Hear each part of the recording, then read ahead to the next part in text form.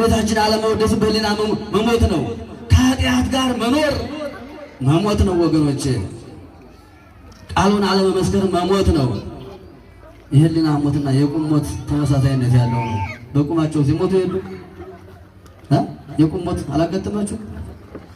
ያሉ የሚመስላቸው የሌሉ በቁማቸው የሞቱ ብዙ ሰዎች አሉ። እንደ ሰው በክርስቶስ አርአያና ምሳሌ ተፈጥሮ ከእግዚአብሔር ልጅነትን ተቀብሎ እንደ እንስሳት ያገኘውን የሚያግበሰብስ ስለ ሃይማኖቱ የማይናገር ከቤተ ክርስቲያን የማይደርስ ለስጋው ብቻ የሚኖር ከሆነ በቁሙ የሞተ ሰው ማለት ይሄ ነው። በቁሙ የሞተ ታዲያ ስንቶቻችን በቁማችን ሞተናል? የእመቤታችን ውዳሴዋን የእመቤታችን ያደረገችልንን ረስተን ብዙ ነገር ማለት መቀናጠር ይህ የቁም ሞት ነው። በቁማቸው ብዙዎች ሞተዋል። ከላይ ግን ስጋቸው የከበረ የገነነ መስሎ ይታያል። ግን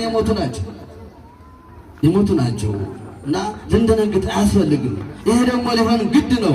ቀኑ መሽቷና ቅድም እንደነገርኳችሁ ምሽት ቀን የፍጻሜው ዘመን የመጨረሻ ጊዜ የሚያመለክት ስለሆነ ቀኑ መሽቷል። የመጨረሻው ሰዓት ላይ ነው ያለነው። ይሄ ማለት ደግሞ የዘመኑ ፍጻሜ እንደዚህ ከባድ የሆኑ ነገሮችን በቅዱሳት ላይ የሚነሱ በክርስቶስ አምላክነት ላይ የሚነሱ በእመቤታችን ቤዛነት አማላጅነት የሚነሱ ጥያቄዎች በመጨረሻው በምሽቱ ጊዜ ይመጣሉ።